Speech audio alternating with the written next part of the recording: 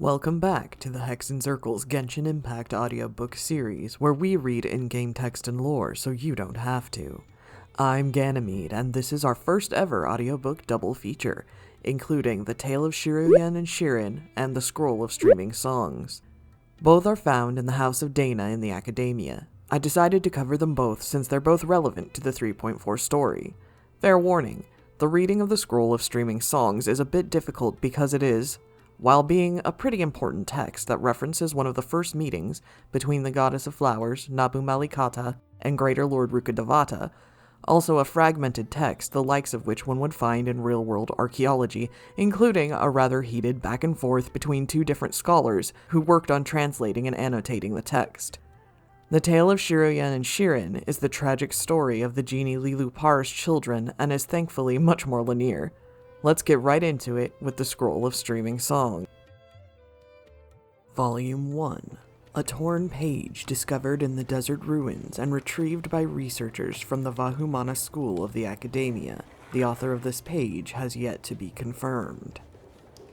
When the mistress of Pushpavatika heard this, she did not hesitate to humble herself.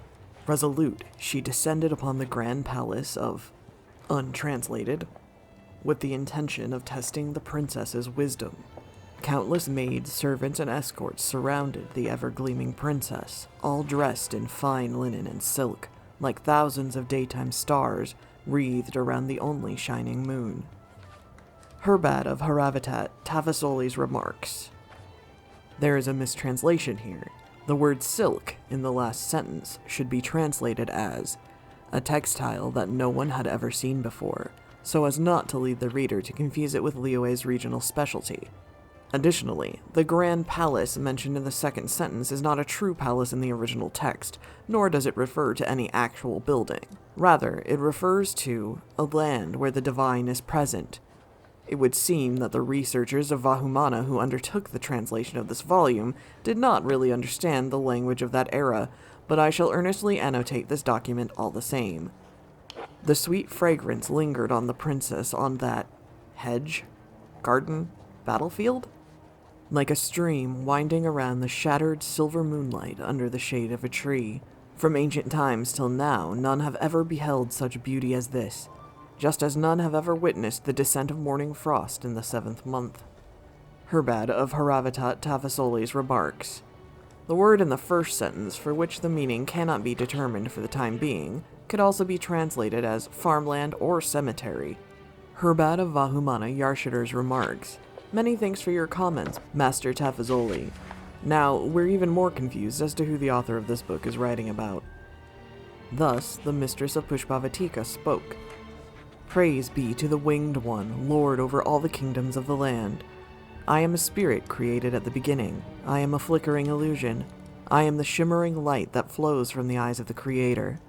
People in far-flung lands sing praises of your wisdom. I wonder then if you could help me unravel something that has long bewildered me. I will give you 3 spices, gold, and precious stones as a token of my appreciation if you can solve my 3 riddles. The princess of untranslated answered thusly. Praise be to the Winged One, the truth that rules over all the kingdoms of the land. I am the owner of yesterday and the master of tomorrow morning, but never have I seen beauty and elegance such as yours. Mistress of Pushpavatika, whatever doubts you may harbor in your mind, you may raise them with me without reservation, for these spices, gold, and precious stones, even when added together, cannot compare to the value of imparting knowledge. Volume 2. A torn page discovered in desert ruins and retrieved by researchers from the Vahumana School of the Academia. The author of this page has yet to be confirmed. Thus, the mistress of Pushpavatika spoke again. Benevolent princess, if your sincerity is true, then allow me to recite the first riddle. What is cold as the dead while alive, yet gives warmth upon death? The princess of untranslated answered thusly. You speak of the fragile rose of late spring. Even when covered in thorns, her beauty shines through. Her flowers plucked to make perfume, her stems snipped into the wicks of oil lamps. Lovers throughout history have been smitten by her, and even the king in red admires her beauty. But the rose has never pined for anyone. She merely withers with the new moon and morning dew. The mistress of Pushpavatika secretly approved, yet her beautiful face remained as calm as ever. Taking a casual step forward, she recited the second riddle. So said the mistress of Pushpavatika. "O wise princess, you have answered my first riddle. But from the stars to the abyss, many inexplicable secrets still exist in the world. O wise princess, if your wisdom is truly as the legends of the people say, please answer my second riddle as you did the first. What rises from the earth, then descends from the sky. No one has seen it, yet it sees all. As above, so below, and as at the bottom, so to the top. Yet only top to bottom may be, and never bottom to top." That princess of Untranslated answered thusly. "You speak of the universal law created in heaven, the divine laws established in the beginning. No one has seen the eternal law, yet it governs all. One may only bow down and worship Vana of the heavenly spirits. No arrogation, deception, or trickery is permitted. If one dares to imitate the forbidden arts, only calamity awaits at the edge of divine knowledge." Volume 3. A torn page discovered in the desert ruins and retrieved by researchers from the Vahumana School of the Academia. The author of this page has yet to be confirmed. The mistress of Pushpavatika almost jumped for joy, but her beautiful face remained cold. Bowing ever so slightly, she recited her third riddle. Thus said the mistress of Pushpavatika. "O wise princess, you have grasped the secrets between the stars and abyss. But there are more things in this world than the transient, for some things are eternal in their brilliance. O wise princess, if your wisdom is truly as the legends of the people say, please answer my final question as you did my second riddle. What cannot stop arrows, yet can stop destruction, cannot destroy armor, yet can destroy cities, does not submit to envoys from above, nor kingdoms down below? What can neither gods nor demons, for all their might, prevail over?" That princess of Untranslated answered thusly. "You speak of endless wisdom. It is what protects the civilization of Untranslated. It will be reborn with the Untranslated, and remain eternal like Untranslated. Even if the sands of time swirl beneath its feet, it will still remain like Untranslated, 10 million years after. The people will rejoice because of its Untranslated, and it will Untranslated because of them." Herbad of Haravatat Tafazoli's remarks. The omissions here are not intentional.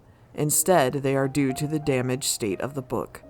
Some omissions can be inferred from the remains of the original. Regrettably, the researchers of Vahumana who undertook the translation of this volume did not possess that relevant knowledge, so I will make up for that in part.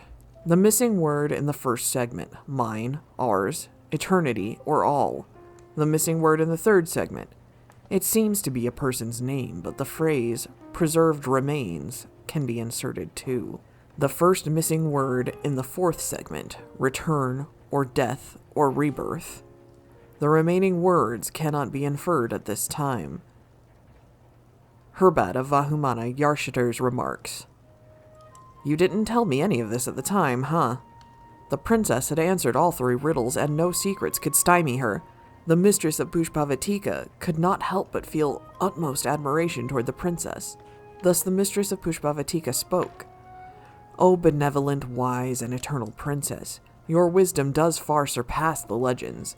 Blessed are your kin, fortunate are your people, for they can be by your side, heeding your teachings."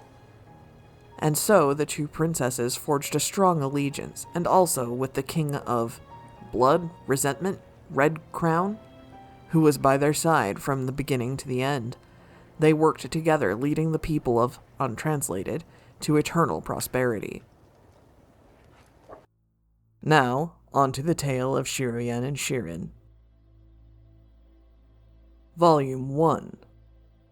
A genie tells a tale on the night wind, a story about itself and a shepherd.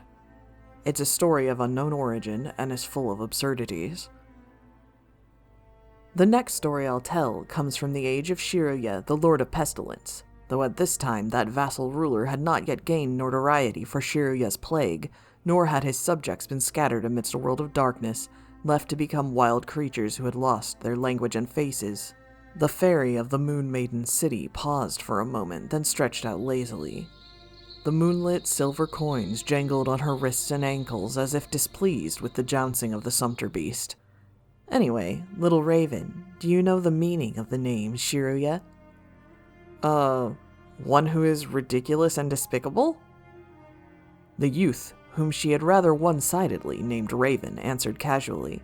Suffering from the heat of the sun and the threat of quicksand, he had little interest in his travel companion's stories. In our tribe, Shiruyeh is a disgraceful name branded only onto the foreheads of exiled chiefs and spoken only in curses and mockery. It's a tradition of ours, but I'm sure that the traditions of other tribes are not so different. Mortal awareness is just like quicksand, shifting with the winds of time. How bizarre. Raven replied perfunctorily, drawing an unexpectedly enthusiastic taunt from the fairy. Now, actually, in the lost language, Shiruyeh means unweaned lion cub. His father, Parvezravan, gave this name to his newborn son, oblivious that he, the vassal king who referred to himself as the spirit of unceasing victory, would be torn apart by his own beloved lion cub. The fairy paused, seemingly afraid that her audience was getting bored, and exchanged glances with the youth before continuing her tale. As for this Parvezravan, legend has it that in the days when mortals ruled as vassal kings, he was one of the mightiest among them. Parvezravan was not, in fact, the original name of this vassal king. As the spirits tell it, he was an orphan who was raised in the nest of the giant bird Gongnus and given the name Kisra, or one who has been bestowed a good name. Later, his aspiration to greatness and the aid of his divine bird saw him adopted by the vassal king Ormazd Shah, and he would eventually rise to become a sage and hero among mortals. In the songs of the now vanished desert people, Kisra plundered the four corners of the land in the name of his king, Ormazd Shah. By his hand, the bronze and mortar towers of 99 cities were destroyed and abandoned. By his hand, the leaders of 99 nomadic tribes were defeated, and by his hand 99 sages with knowledge of the Order of the Stars were bound in golden chains, then led back to the towering royal city of Gurabad to be imprisoned. At that time, the promised land of Valavia was engulfed by wild, gilded sands, and one of the three living gods had fallen.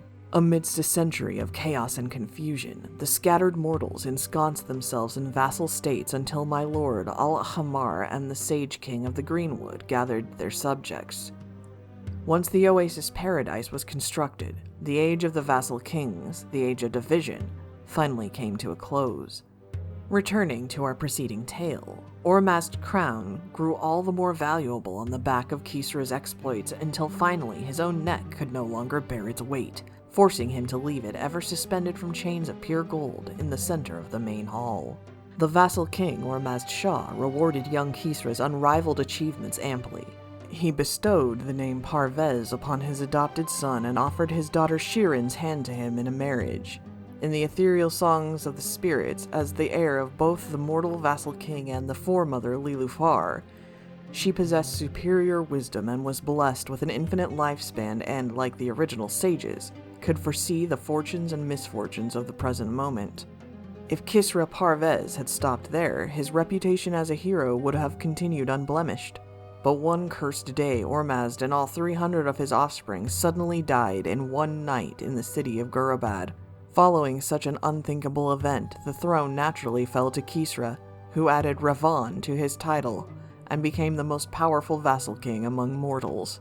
The fairy abruptly stopped her tale and looked up at the red sun that was now sinking behind the sand dunes.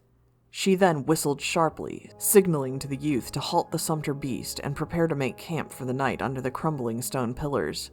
Some people say the fairy lithely leaped down from the sumpter beast and circled across the sands in a manner not unlike the long-lost dancers of Sitaria, letting the moon's first light evenly coat her translucent skin in its silvery sheen.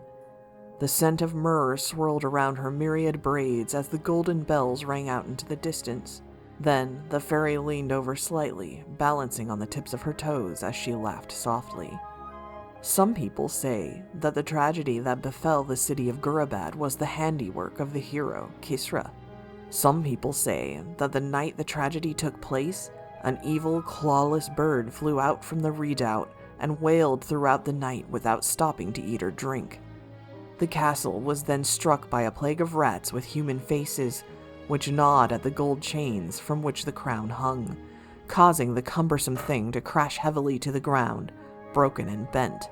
People say that the crown made such an earth-shaking noise when it fell that even the fellahin's servants, who had settled and toiled far from the redoubt, trembled with fear at this tyrant they had never met. Later still, it is said that an adventurer found the ancient crypts of the city of Gurabad beneath the gilded sands, in which were hidden the withered, massive remains of Ormazd and his offspring. An ancient, inscrutable inscription was left on each of the shriveled bodies. I hope this story frightened you. The fairy watched keenly as the mortal boy before her drank from the water skin. The tribes of the desert regard water with an instinctive restraint and prudence. Spirits, however, are born of pure elemental energy and know neither thirst nor the satisfaction of the pleasure of luxury, just like the ancient Princess Shirin in this lament. As for the daughter of the foremother Liloupar I mentioned, Shirin, well, our story has only just begun. The fairy smiled slyly again, her eyes like an amalgam of amber and gold, her smiling face like the princess of her ancient homeland. Volume 2.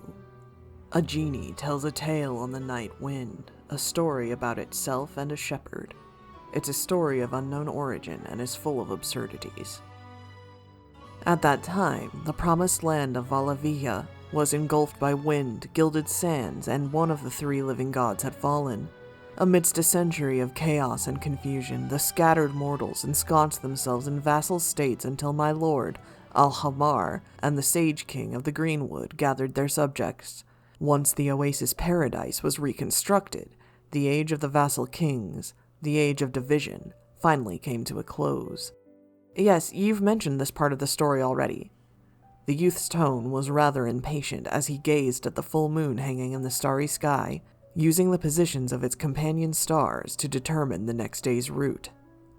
But the spirit knew that he was in truth listening earnestly to her story. She couldn't refrain from letting out a triumphant snort, but was immediately annoyed by his unbecoming reaction. The mortal mind is as fickle as it is forgetful. How should I know whether you were listening or not? Back to the subject at hand. Shirin, according to the spirit's lamentations, was the daughter of the mortal hero Ormazd and the fairy Liloufar, the daughter of the water lily. Born upon a lily pad amidst fragrant dewdrops, the white ibis blessed her, and the cobra bequeathed to her a cerulean pearl, and even the mighty giant crocodile bowed to her in worship. As the foremother of the spirits, before she delivered her daughter to the mortal vassal king, Liloufar prophesied 3 times. First, that Shirin would fall in love with a great hero, and the progeny of their union would surpass their father. Second, that many of Shirin's relatives would enjoy a sweet end. And third, that Shirin alone would be given possession of her father's kingdom. Then, Liloufar gave 3 admonitions to her mortal darling. First, that her joy would bring tears to her father's eyes. Second, that they should no longer feast at the same table as their daughter after she was wed. And third, that their daughter's heir would be an ill omen upon the king's land. The king, however, only smiled at these prophecies and admonitions. Later, Shirin's father offered her hand in marriage to the great hero Parvezravan, fulfilling the first prophecy, right? The youth said, interrupting the spirit's story. That's correct, though not entirely so. The spirit laid a finger on the tip of the youth's nose, and the latter hurriedly moved away, his face flushed, as if he feared she might put some ethereal deathly curse on him. The spirit, once again, found herself amused by such an innocent act. By the time Shirin grew a little older and more cognizant, the vision her mother laid out for her became a lingering curse. She spent her days awaiting her chance to fall in love with the hero, waiting for the day when she would inherit her father's kingdom, and longing for that sweet and perfect future. But it never came. Truth be told, Shirin's marriage to the hero Kisra was not a happy one. After all, Mortal heroes are all warped people harboring the ambition to rule. The daughter of Liloupar carried the pride of the spirits, and thus she found the golden trap of the mortal hero's supposed affections hard to endure, and she found no peace between the bed and the hearth. And so at last a vivid hatred coalesced from his passionless, dull, rotten life, the same hatred that those imprisoned in the silver bottle carry. Later, on the night of the infamous grand banquet, a few lowly slaves, mages of the Mazandaran oasis, or perhaps some illiterate fellahin servants, dripped scorpion venom into musk honey and offered it to the vassal King Ormazd and his 300 heirs. They then watched as they sunk into the sweet, dreamless landscape of death, drowning in the fat and blood of the wretched as their blood and tears flowed freely. And on this night, all who remained with dreams left to enjoy were Shirin, who had been excluded from the party by her own father, and her reluctant co-conspirator and husband, Kisra. The lowly regicides were thereupon submerged in the honeypot as punishment by the new king, and they cursed him with their last breaths as they choked on the sticky honey. And from the new king's mouth gushed blackened, dirtied, and bloodied lies which gradually stained this hero's reputation a deep black. And so, the second prophecy was fulfilled. Later, Shiruyeh, the son of Kisra Parvezravan, grew to adulthood beloved by his mother, but was banished by his father from the towering city of Gurabad. Made by his father to hide his face and flee on a fast steed, Shiruyeh was henceforth forbidden from setting foot in the city again. Undoubtedly terrified of the fairy mother Liloufar's warning, it was Parvezravan's fixation that gave rise to the cowardice that spurred this decision. And so, Shirin once again found the perfect opportunity for revenge in the vassal king's unfettered fear. One night, she disguised herself as a divine princess of the temple to the moon goddess and met with her prodigal son who had sojourned there.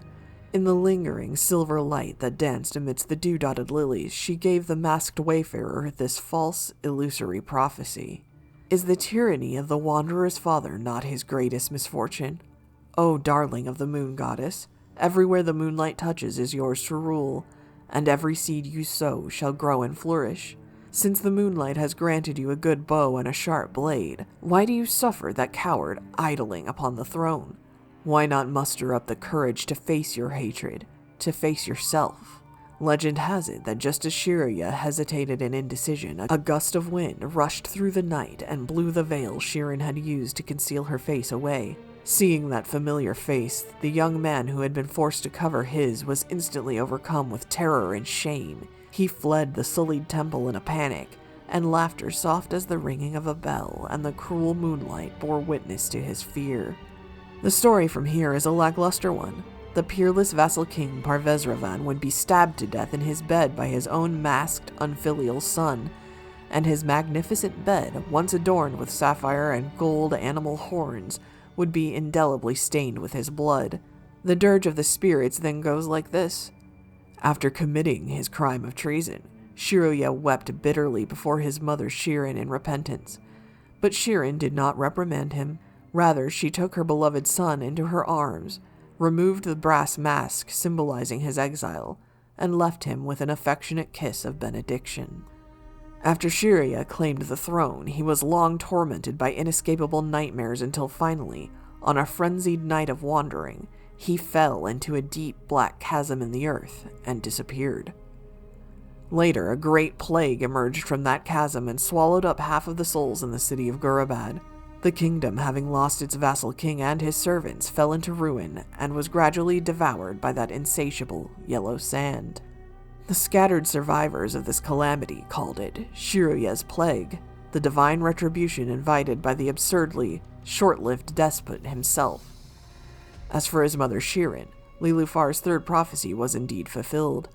She and the heir she bore won true freedom in a kingdom ravaged by vengeance, and they became evil apparitions, death knells to the conceited. Some people say that Shirin was later subdued by my lord Al-Ahmar, who detained her in a magic silver bottle. Others say that she still roams the desert, tormenting overconfident adventurers and tirelessly searching for the beloved child that she lost to that dark world.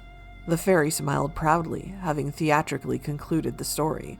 At this time, the moon was already high in the sky, and the distant ancient time when the desert had not yet become a desert was nigh.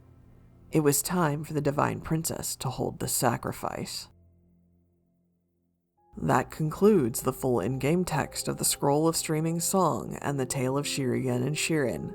I hope that these rather mysterious texts are now a little more accessible to you, and I hope you enjoyed them. This is, as always, the Hex and Zircle signing off. See you at the next one.